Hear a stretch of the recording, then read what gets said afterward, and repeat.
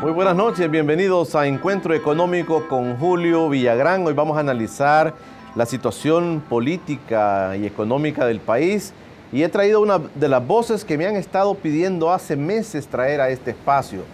¿Cuándo estará contigo? Me dicen Dagoberto Gutiérrez. Hoy se llegó el día, hoy está conmigo el analista, un buen amigo, una persona que cada vez más, le decía al inicio yo, cada vez más la gente lo escucha porque en más medios de comunicación está participando, dando una voz muy autorizada al país sobre cómo camina nuestro querido El Salvador. Así es que esta noche le damos la bienvenida a Dagoberto. Dagoberto, gracias por aceptar nuestra invitación. Un abrazo a todas las personas que están viendo el programa. Bueno, vamos a platicar hoy de muchas cosas que la gente quiere saber, Dagoberto, y invitamos a todos para que también, si va a salir, ponga Radio La Clave 92.1 FM, sintonice también Encuentro Económico en directo también en Radio La Clave. Aquellos que en redes sociales han comenzado a interactuar con nosotros, gracias. Hoy platicaremos, hoy analizaremos un poco la realidad del país con la voz autorizada de Dagoberto Gutiérrez, nuestro invitado de esta noche. Ya regresamos. Gracias por estar en sintonía de Encuentro Económico con Julio Villagrán. Esta noche vamos a escuchar a Dagoberto Gutiérrez, analista sobre la situación del país. Yo te decía, Dagoberto, al iniciar nuestro programa, sobre una voz autorizada y sin duda te has convertido en eso para el país.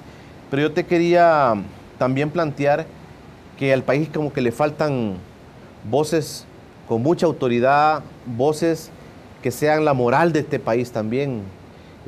Tú encontrás un montón de voces en los espacios de medios de comunicación, pero la gente a muy pocos le cree, Dagoberto. Realmente cuesta mucho encontrar personas a las que la gente le cree lo que está planteando, en un país tan polarizado como el nuestro. Sí, en el terreno de la confianza, yo no soy analista político, más bien soy político, porque hago política.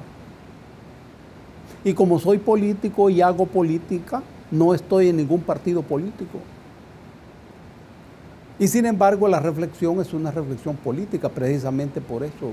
Es decir, que intenta partir de la realidad. Y la realidad siempre es una presa muy huidiza. La realidad es algo que construimos los seres humanos. Siempre la realidad resulta ser el escenario donde se desarrolla la práctica de los seres humanos. Y es en ese escenario donde se construye la confianza y se construye la autoridad. La confianza es una palabra que viene del latín facere, que quiere decir hacer juntos. Hacer juntos.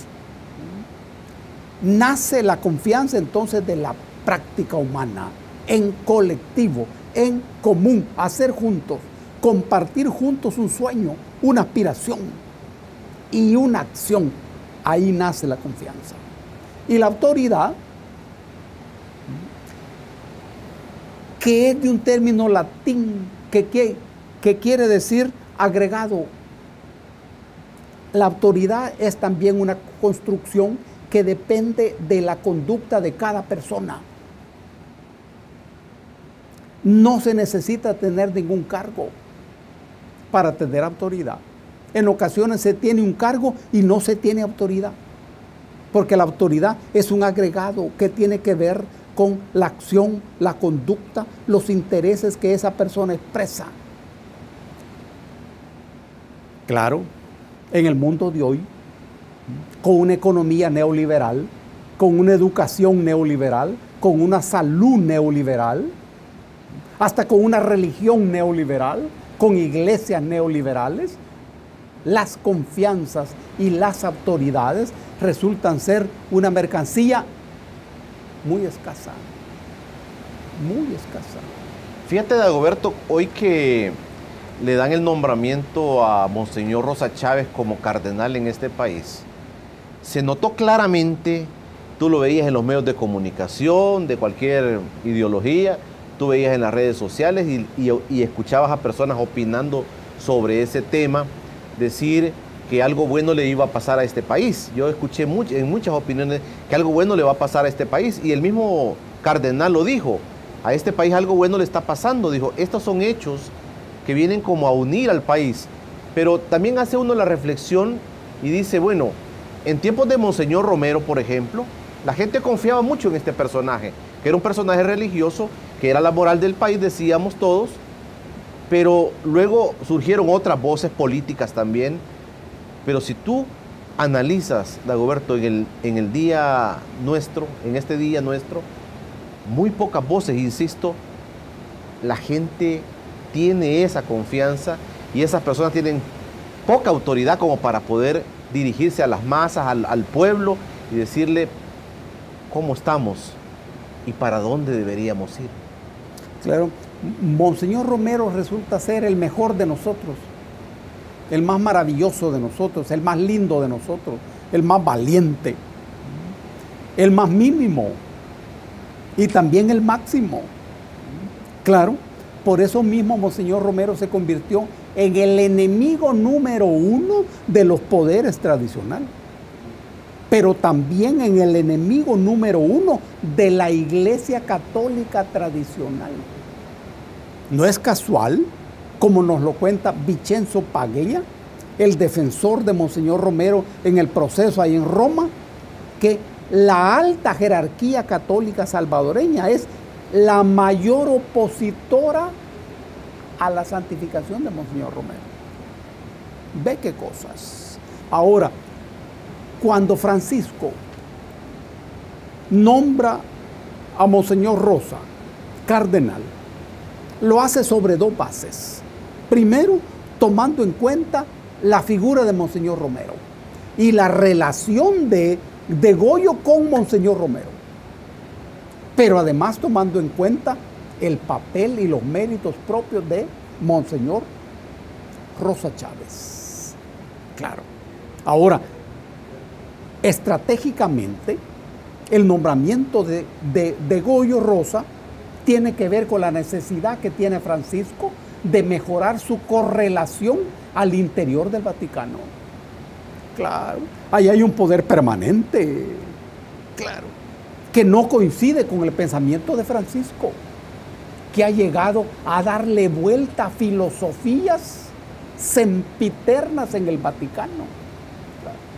Y entonces, cuando nombra a estos cardenales, Francisco está mejorando su correlación de fuerza. Y Monseñor Rosa sabe que lo ha nombrado para que sea la voz de los sin voz. En este tema, ¿tú crees que el cardenal Rosa Chávez va a jugar un papel importante en la coyuntura nacional a todos los niveles, Dagoberto? Está obligado a hacerlo. Necesita hacerlo. Y Francisco necesita que lo haga. Y yo confío en que Goyo va a asumir ese papel. No tiene alternativas. Y creo que tiene las suficientes reservas morales e intelectuales para asumir la voz del pueblo salvadoreño, que soy más pobre que nunca, que sufre más que nunca, que llora más que nunca, en medio de una riqueza más desbordante que nunca. Nunca nuestro país ha sido tan rico arriba, tan pobre abajo y tan lleno de incertidumbre en sus partes medias. Se necesita una voz justiciera como la de Monseñor Romero y como la de Monseñor Rosa Chávez. No hay alternativa para Goyo. La injusticia es un tema latente y patente en nuestro país. En ninguna sociedad la justicia es el tema central, porque el problema no es la justicia, porque todo el mundo está de acuerdo con la justicia, porque al fin y al cabo la justicia es un valor estudiado por la axiología. El problema es lo justo. los justos, lo injusto, los injustos. Ese es el problema. Y en este momento nuestro país es el reino de la injusticia, el reino de la explotación y el reino de la riqueza desenfrenada, cínica. Bueno, hoy se presenta un proyecto en donde los empresarios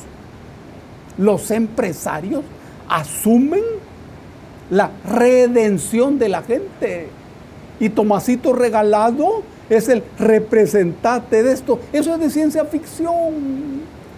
La ONU no encontró quién asumiera esa vocería.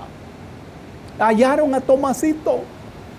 Pero ¿quién de los salvadoreños no sabe el papel de la familia Regalado? Independientemente de las intenciones de Tomás. La familia. Mira, este proyecto tiene un nombre. Tiene un nombre. En donde la educación, que es neoliberal, deja de trabajar para la formación del estudiante y simplemente pasa a formar al ser humano que necesita el mercado. En eso estamos. En eso estamos. O sea que este país que tuvo un conflicto armado desde los años 70 y que luchó por esa injusticia, luchó contra esos injustos, este país que quiso cambiar su sistema económico, político, social, Dagoberto, y que ha caminado ya tantos años, 40 años, después de esos momentos de, digamos, de revolución que se comenzaron a dar en el mundo y en nuestro país,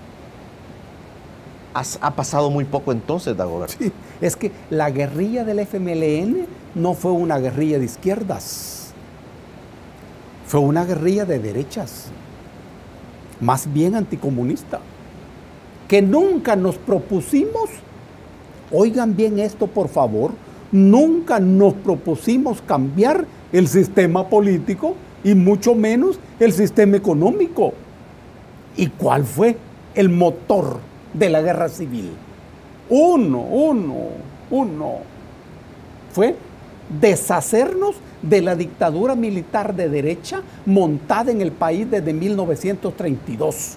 Y ese es precisamente el logro político fundamental de la guerra civil. Ahora bien, ¿y a dónde hallamos eso? En el artículo 212 de la Constitución, que le da a la Fuerza Armada el papel de defensa de la soberanía y de la integridad del territorio. Los militares sin la Fuerza Armada perdieron su calidad de clase gobernante que tenían desde 1932 y asumió una nueva clase gobernante integrada parcialmente por la antigua guerrilla, que no era de izquierdas. Bueno, al siguiente bloque yo quisiera que nos adentráramos un poquito más, Dagoberto, en el tema de los sistemas sociales en el mundo. Unos dicen se cayó el muro de Berlín, otros dicen el neoliberalismo ha llevado a más destrucción al mundo. En el país hemos tenido nuestra propia experiencia desde los gobiernos militares, dictaduras militares, gobiernos de derecha, ultra neoliberales, la oligarquía dominando este país por más de 20 años. Luego vienen gobiernos de izquierda, pero queremos analizar eso porque realmente el país, cuando uno ve las últimas encuestas, en el año 2017, imagínate, la gente aún se encuentra dividida. Y ese es otro tema que también quiero tratar contigo. ¿Por qué estamos divididos en este país? Correcto. Pero vamos a hablar un poco de los sistemas sociales que han imperado en nuestro mundo y en El Salvador, platicando esta noche con Dagoberto Gutiérrez, nuestro invitado, sobre diversos temas políticos. Yo sé que usted está pendiente de esa voz de Dagoberto y esta noche vamos a tener espacio para tocar varios temas, inclusive de coyuntura nacional. Gracias a aquellos que a través de Radio La Clave 92.1 FM siguen Encuentro Económico. Ya regresamos. Gracias por quedarse con Encuentro Económico con Julio Villagrán. Esta noche platicamos con Dagoberto Gutiérrez, analista, o más bien político, dijo aquí en Encuentro Económico, que analiza la realidad de nuestro país, que nos ayuda a pensar para dónde podemos ir con este pedacito de tierra en el cual vivimos. Dagoberto, ¿cuánto le ha pasado a este país? La gente desde el año 32 en la historia, digamos, que uno conoce al más detalle, este país tan beligerante, tan revolucionario, tan queriendo cambiar este país, han pasado muchas cosas socialmente. Ustedes soñaron un día también con instaurar, no sé si un gobierno comunista o un gobierno socialista, no lo sé, nos vas a contar. Pero mira, pero estos sistemas sociales se han caído. Estamos a las puertas de conocer otro tipo de sistema social para el mundo y para nuestro país, Dagoberto. Ah, bueno. ¿Qué es lo que ocurre en nuestro país? Nosotros organizamos, dirigimos y finalizamos políticamente una guerra, la guerra civil. En la historia del Salvador hemos tenido 6 guerras, empezando con la guerra de 1524, cuando nos invadieron los invasores europeos, españoles, más bien castellanos, por el río Paz desde Guatemala, con los quichés y los cachiqueles. Nos derrotaron. Y la última guerra que tenemos hoy es la guerra social, la 6ª guerra, la más sangrienta, la más compleja. La guerra civil que nosotros realizamos tuvo un motor político. La guerra social actual tiene un motor económico. Hay que explicar que cuando termina la guerra civil, un bloque de los oligarcas más inteligentes y un bloque de los mandos guerrilleros menos de izquierdas pactaron de escondidas, de espaldas a la gente, de traición a la gente. Lo que la gente conoce es lo que se llama acuerdos de paz. Acuerdos de paz. Ese es un juego de pispicigaña. Los acuerdos políticos fundamentales se tomaron allí en estas conversaciones. 3 acuerdos. Renuncia a la posguerra, renuncia a la política y renuncia al poder político.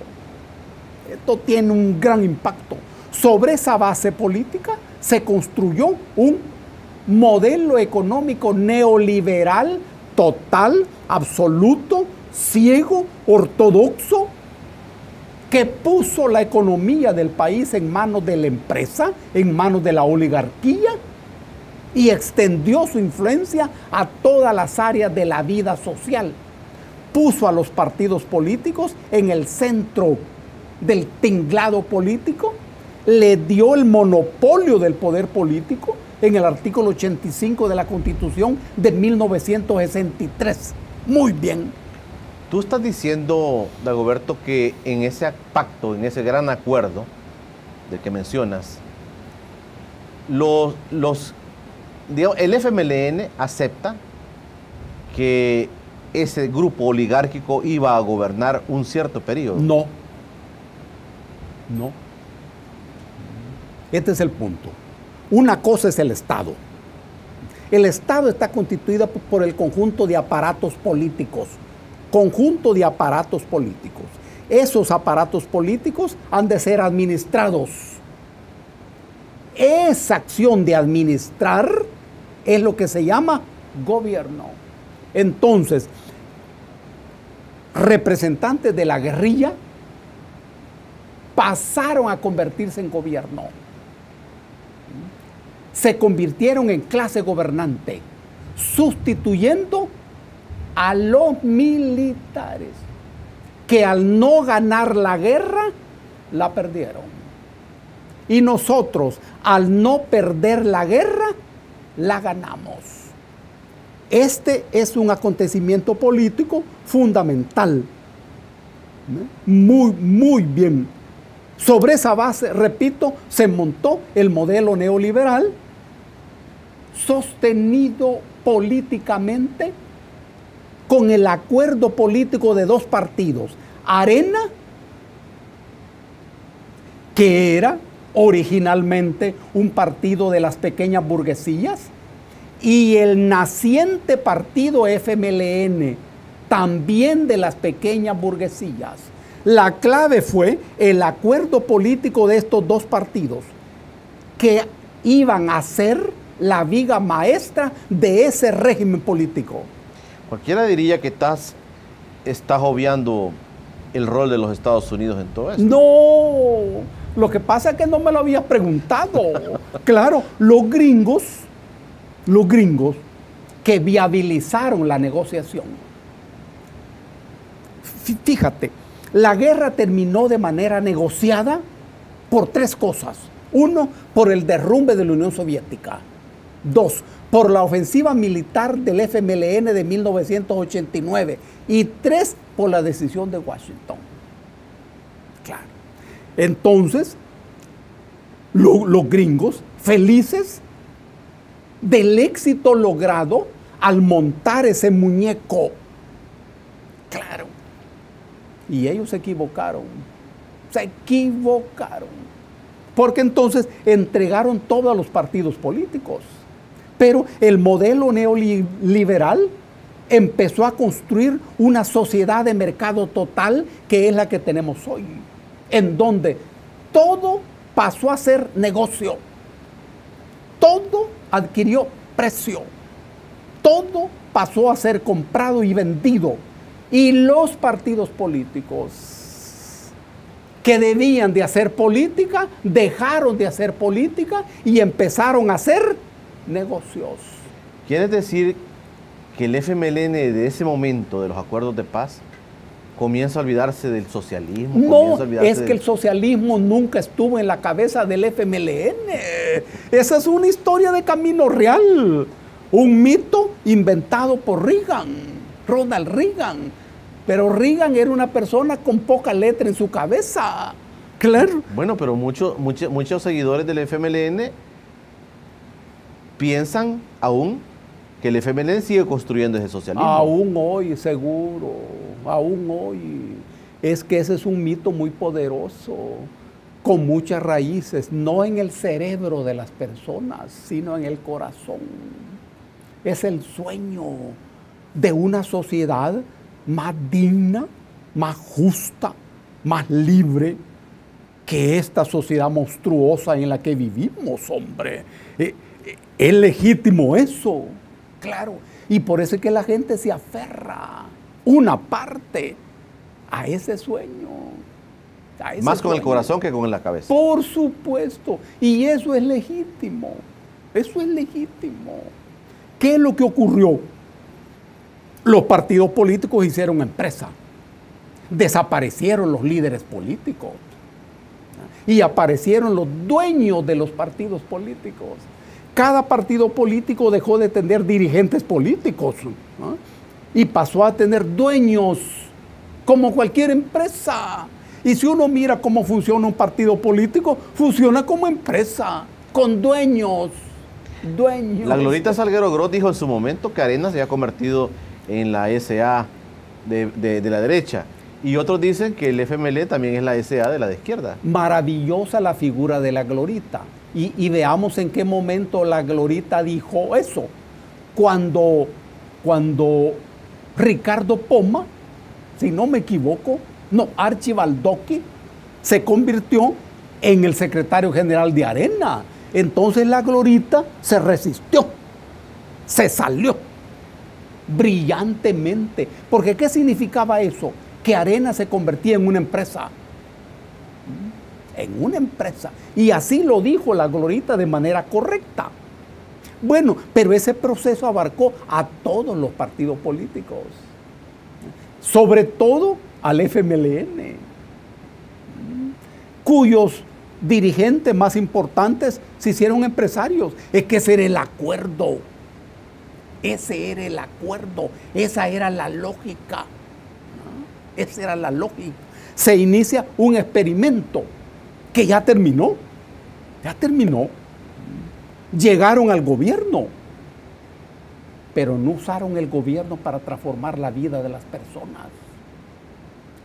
No, hombre, no usaron el gobierno para hacer reforma educativa, reforma de salud, para cambiar la naturaleza del poder, ni para cambiar la forma de ejercer el poder, ni para desarrollar la organización del pueblo. No, lo usaron para hacer negocios. Ahora bien, eso es, Julio, lo que se ha derrumbado. Ese es el derrumbe. A 25 años de eso, se acabó. Se acabó. Por eso es, y esto es muy importante, que los señores del bloque dominante han decidido pasar a administrar de manera directa el poder del Estado. Eso es lo que explica la candidatura de Javier y de Carlitos. ¿Y por qué? Porque los partidos políticos, al dejar de hacer política y al pasar a hacer negocios, les hacen la competencia. Perfecto. Bueno, cuando regresemos, seguiremos platicando con Dagoberto. ¿Y el pueblo qué? Y entonces la gente vive viendo un espectáculo político y la gente sigue creyendo que un día llegará realmente a realizarse lo que los partidos le han ofrecido. Eso lo voy a preguntar a Dagoberto cuando regresemos. Vamos a regresar. Estamos platicando con Dagoberto Gutiérrez. Qué bueno. Gracias a aquellos que a través de Radio La Clave 92.1 FM, gracias a aquellos que a través de las redes sociales, en Facebook como Encuentro Económico, en Twitter como @encuentro_e, y aquellos que en el canal de YouTube ya estamos listos para ponerle todos los programas que nos hacen falta para que usted los pueda disfrutar en casa. En el canal de YouTube Encuentro Económico va a encontrar todos los programas que aquí estamos realizando. Ya regresamos. Buenas noches, amigos televidentes, bienvenidos al micronoticiero de dinero.com.sb. Para mí es un placer informarles este domingo, como siempre, con las noticias de economía y finanzas más relevantes de la semana. Empezamos. El Ministerio de Hacienda no tiene la garantía de que podrá honrar el pago de las letras del Tesoro Público llamados letes a la Banca Nacional en lo que resta del 2017. Así lo expresó su titular, Carlos Cáceres. Según el funcionario, la deuda con los bancos asciende a 650 millones de dólares y ante esta preocupación el titular de Hacienda expresó: yo debo garantizar a los bancos que estos letes se van a pagar. Por eso pido a la Asamblea Legislativa, especialmente a los diputados de Arena, que apoyen para pagarle a los bancos. Las letes son emitidas con el fin de dar financiamiento al Estado en el corto plazo. Históricamente, los bancos, administradoras de fondos de pensiones y compañías de seguro han sido por excelencia los máximos compradores de estos instrumentos.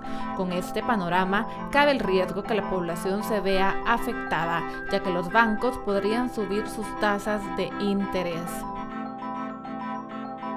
El pasado miércoles 12 de julio, el Banco de Desarrollo de El Salvador, Bandesal, llevó a cabo su rendición de cuentas del último año, mostrando los principales logros de la gestión de la presidenta de la institución, la licenciada Mélida Mancía.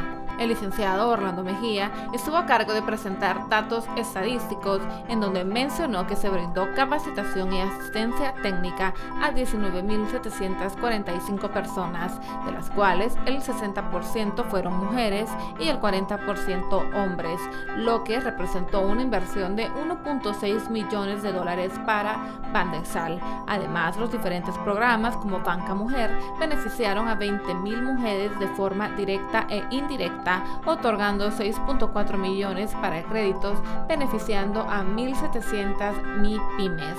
Entre los créditos otorgados a través de intermediarios financieros, el monto fue de 602.3 millones de dólares, monto que corresponde a 34.675 créditos de junio 2014 a mayo 2017, con recursos de Bandesal y Fidemipe a través de 71 instituciones financieras intermediarias. Bueno, y recuerde ingresar a dinero.com.sb para que usted esté al tanto de toda la información económica, financiera y empresarial de El Salvador. Ese es un pequeño resumen acá en Encuentro Económico, pero usted puede leernos diariamente ingresando o siguiéndonos en nuestras redes sociales. Bueno, para mí siempre es un placer. Los dejo con don Julio, su invitado especial. Pasen buenas noches. Gracias, Alejandra Rochac, por tu informe, por cortesía de dinero.com.sb, el periódico digital económico más importante de este país. Los invito para que ustedes busquen dinero.com.sb. Esta noche platicando con Dagoberto Gutiérrez sobre el tema político, analizando esta realidad política del país. Y es bueno hacer un balance de nuestra historia reciente, porque creo que con eso vamos a ir llegando a estas formas, a estas coyunturas que hoy vivimos y que a veces no entendemos por qué este país sigue peleando todos los días. Hay una guerra todos los días mediática, hay una guerra que a veces no entendemos, Dagoberto, ¿verdad? Pero hablando de los derrumbes y hablando de todo esto, el pueblo, ¿qué papel juega en esto? Qué buena pregunta esa. ¿Por qué ocurre? Que en el proyecto diseñado hace 25 años, cuando terminó la guerra civil, se construyeron dos puntales para este proyecto neoliberal. Uno económico y el otro político ideológico. El económico es el de la precarización y el político ideológico es la anomia. ¿En qué consiste esto? La precarización es la figura que establece la distancia entre el capital y el trabajo. Aquí se estableció que el valor del trabajo descendiera hasta la cima, mientras el valor del capital subiera también hasta la cima, uno con S y otro con C. Y se creara una inmensa masa de mano de obra sin trabajo. Y al mismo tiempo que el sector profesional, lo que se llama pequeña burguesía intelectual, que es el grupo clasista que históricamente organiza siempre la rebelión, porque somos los que tenemos la capacidad teórica para construir una teoría política, que ese sector tuviera el nivel casi de un trabajador de fábrica y que le costara amargamente ganarse la vida para que no tuviera tiempo de hacer política ni de pensar teóricamente política. Si uno mira el escenario económico del país, ese es el escenario, claro. Un muchacho o una muchacha inteligente se hace médico, no vale nada. Se hace ingeniero, no vale nada. Se hace dentista, no vale nada. Se hace lo que se haga, no vale nada. Eso, por favor, cáptenlo bien, no es ningún accidente. Es una construcción política, se llama precarización. Y cada vez más el trabajo de los seres humanos no vale nada.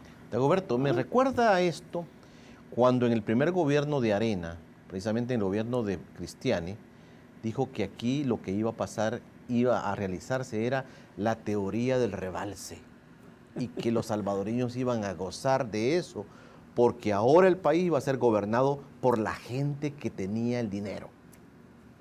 Ahora, esta filosofía es exactamente la misma filosofía que continuaron los gobiernos de izquierda, entre comillas. Y por favor, capturen esta idea. Entre comillas, se trata de gobiernos de derechas que adoptaron la política y la filosofía de Arena al pie de la letra. Al pie de la letra. Aquí entonces no van a haber fábricas de empleos. Aquí no van a haber todo lo que nos han ofrecido. Nada de eso. Nada de eso. Y la otra figura es la anomia. La anomia es una figura sociológica que fue estudiada allá en Europa por gente como Gabriel Tarde y Emile Durkheim, que consiste en la incapacidad del ser humano de reaccionar ante fenómenos que le son negativos. Bueno, pero aquí se construyó la anomia social. Se construyó, se planificó, se organizó se organizó. Esta anomia social tiene 4 componentes. Primero, aleja al ser humano de la realidad. Y si vos te das cuenta lo que ocurre aquí, hay infinidad de distracciones que impiden que el ser humano tenga contacto con la realidad. Todo el tiempo la gente está metida en un torneo de fútbol. Todos los días aparecen los grandes jugadores de fútbol a todo gato color, con grandes fotos emocionantes.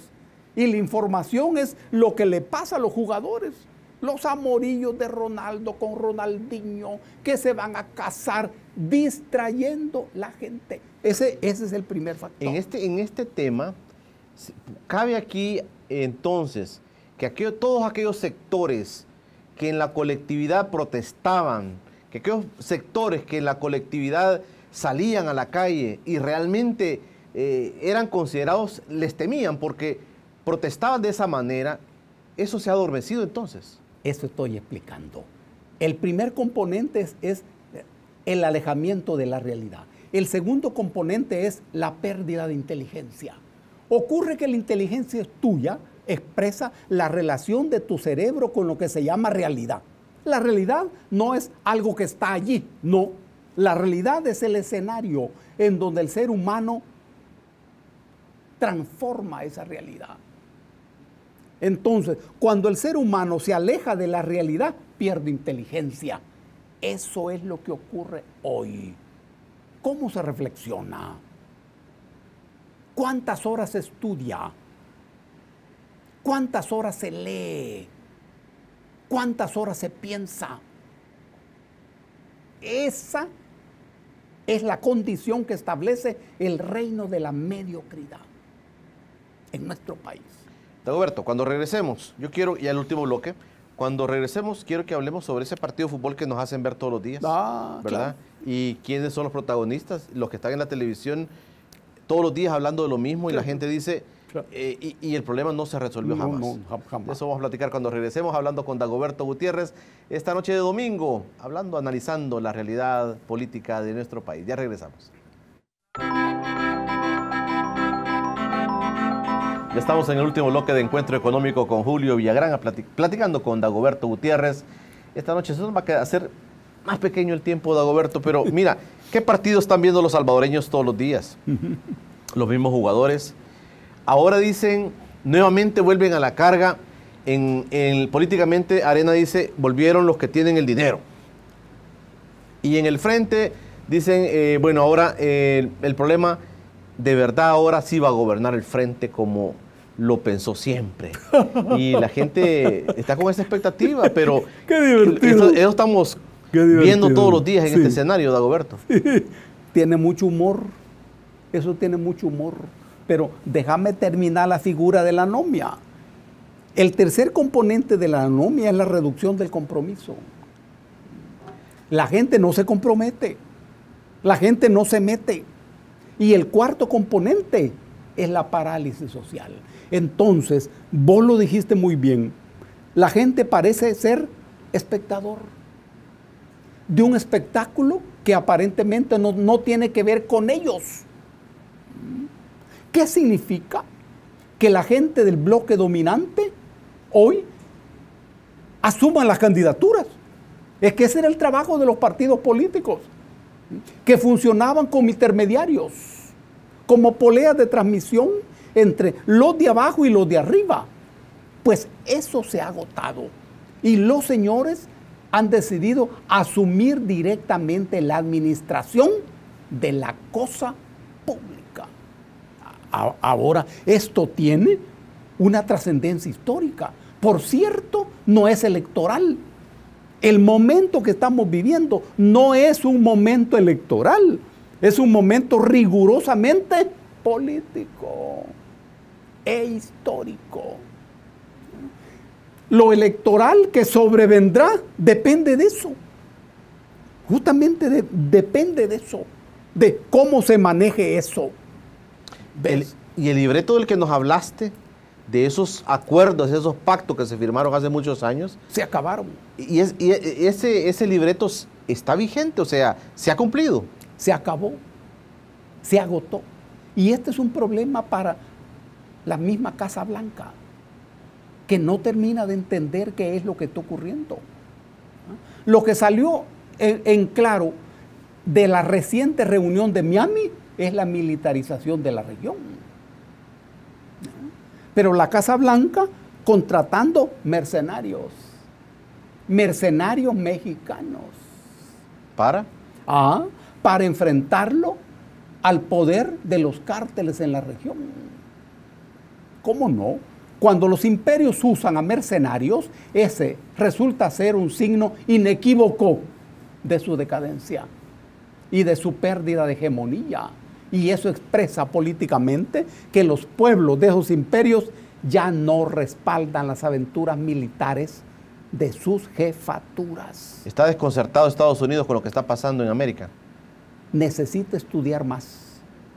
No estoy hablando de América, estoy hablando de lo que pasa en El Salvador. En El Salvador. Es posible que en otras partes lo tenga claro. No parece. Claro, no parece, pero te digo yo. No parece tenerlo claro. Por ejemplo, lo que ocurre en Siria. Lo que ocurre en Turquía. La dimensión de las reuniones en Astana, ahí en Kazajstán. ¿No? Ni parece tener claro lo que acaba de ocurrir ahí en Hamburgo en la reunión del G20. Es que estamos hablando de un imperio que pierde hegemonía. Pierde hegemonía. Ahora bien, en ese escenario, ¿y cómo se mueve nuestro país? En donde el problema de la historia tiene que ver con que los bloques dominantes, no hay entre esos bloques dominantes un solo bloque realmente dominante que controle el aparato del Estado. Hay 4 bloques dominantes que se llaman fracciones, que tienen una dimensión económica. El bloque terrateniente, donde está Tomás Regalado. El bloque financiero, Ricardo Poma. El bloque de los comerciantes, el Carlitos. Y los industriales, donde está Javier. Estos 4 fracciones no piensan ni actúan sinfónicamente. Recordemos lo que pasaba en el país cuando los cafetaleros eran el bloque dominante. Cuando se derrumba la Unión Soviética, se derrumba el poder del bloque dominante en el país. Y de ahí viene una deriva histórica de la que no hemos salido. Mientras el pueblo sometido a la anomia. Ahora bien,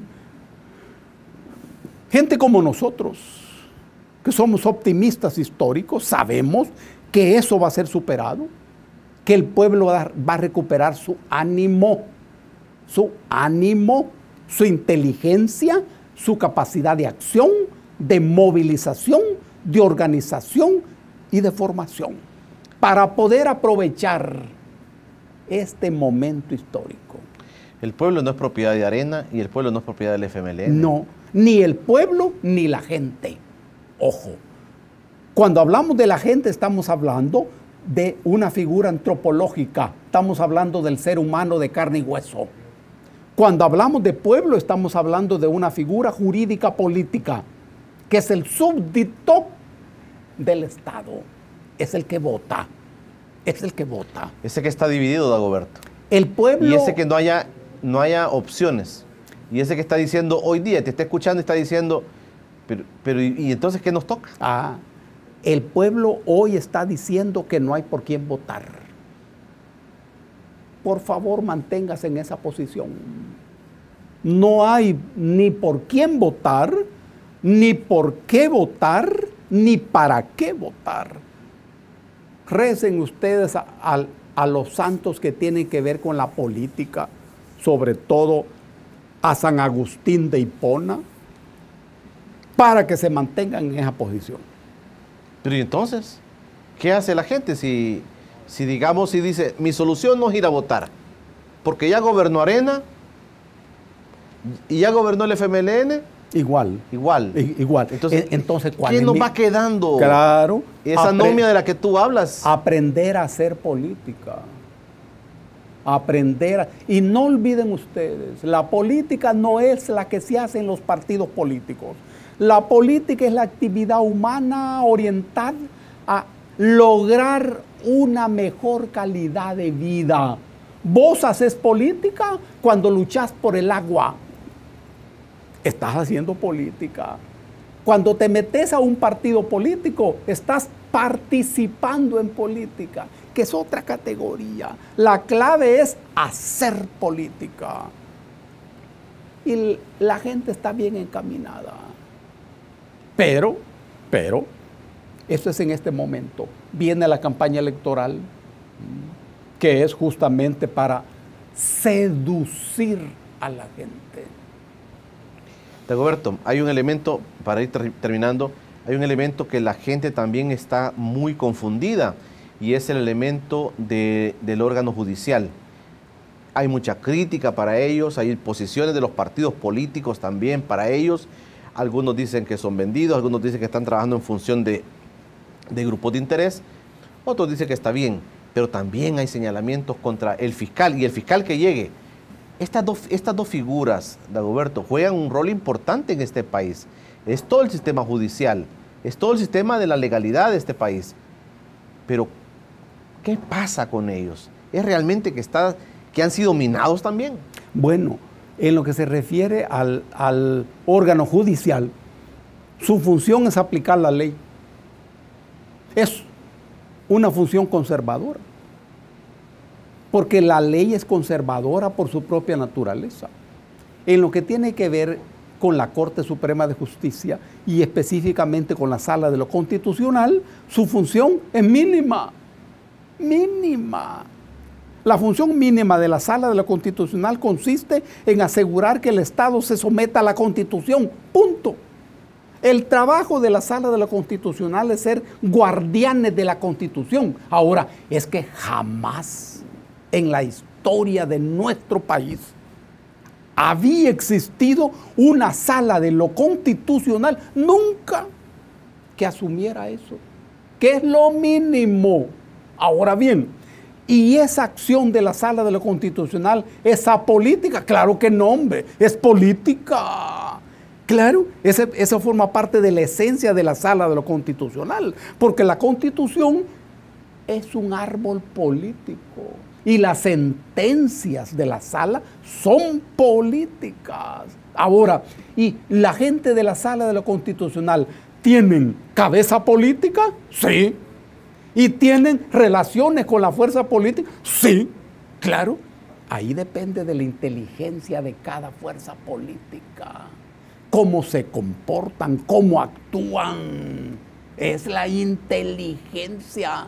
O le declarás la guerra o los atraes. Ministerio Público, ¿cómo lo ves, Dagoberto? En el caso del fiscal. Porque el Ministerio Público está integrado por la Fiscalía y por las dos Procuradurías. Es el fiscal. Y el artículo 193 de la Constitución establece las funciones del fiscal. Y aquí hay una verdadera trampa, porque ocurre que al fiscal se le dan atribuciones inmensas, funciones bárbaras. El número 1 del 193 dice: defender los intereses del Estado y de la sociedad. Ese es un salto al vacío, porque ocurre que los intereses del Estado no son los de la sociedad, nunca. Y los intereses de la sociedad no son los del Estado. Al fiscal se le da el monopolio de la acción penal, por ejemplo. Ahora bien, ¿y qué poder tiene ese fiscal? Ninguno. ¿Qué partido político apoya a ese fiscal? Ninguno. ¿Qué fuerza de seguridad controla ese fiscal? Ninguno. ¿Y quién le garantiza la seguridad al fiscal, a su familia? Nadie. Esa es la trampa. Ahora bien, pero en esta coyuntura el fiscal tiene que enfrentarse a los poderes que son dueños del país. los dueños del país. ¿Y este fiscal tiene algún poder que lo ampare? Ninguno, de tal manera que el Douglas tiene que ir avanzando, empujado por fuerzas que tienen interés en que él actúe. Dagoberto, no me queda más tiempo, nada más agradecerte. El tiempo ha sido cortísimo Sí. tenemos 30 segundos para que tú puedas despedirte de la gente que te ha escuchado y la gente que te admira. Cuídense mucho, estudien bastante, todos los días, todos. No se preocupen por pegar la grande dormida, no. Si uno duerme allá en el cielo, a uno en el cielo lo levantan a las 3 de la tarde para darle una taza de arroz con leche. Gracias, Dagoberto, gracias. Y gracias a todos ustedes en casa por haberse quedado con Encuentro Económico. Hemos pasado una hora que no se sintió, una hora que ojalá que la aprovechemos los salvadoreños para entender para dónde vamos en nuestro país. Pasen todos muy buenas noches.